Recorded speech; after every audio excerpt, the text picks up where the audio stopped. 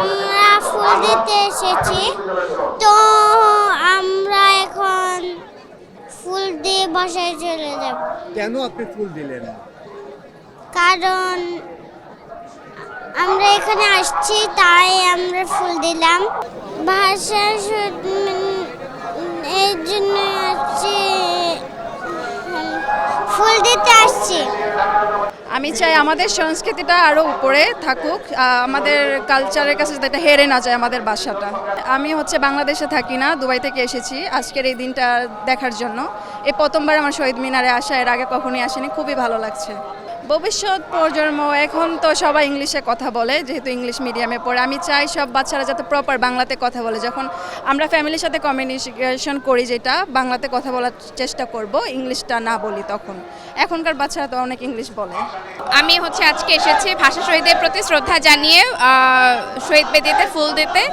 আর যাদের ত্যাগের জন্য আমরা বাংলা ভাষায় আজকে কথা বলতে পারছি, সো তাদেরকে শ্রদ্ধা জানাতেই এসেছি। সানশাইন আটা ময়দা সুজি, ভালোবাসায় তৈরি। যেহেতু আজকে আমাদের আন্তর্জাতিক মাতৃভাষা দিবস, আমরা কিন্তু অনেক শহীদদের বিনিময়ে আমরা এই দিনটা পেয়েছি। তো এটা আমাদের জন্য অতি আনন্দের বিষয়, কারণ তারা যদি আজকে তাদের জীবনকে না দিত, তাহলে হয়তো আমরা এত সুন্দর একটা মাতৃভাষা পেতাম না।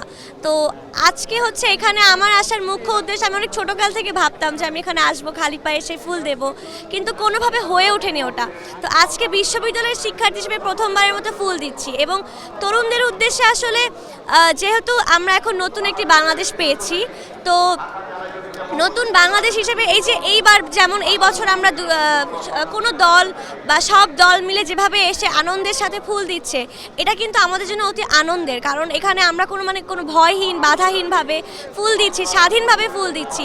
আমরা কিন্তু সবাই খুব আনন্দের সাথে এসেছে এখানে।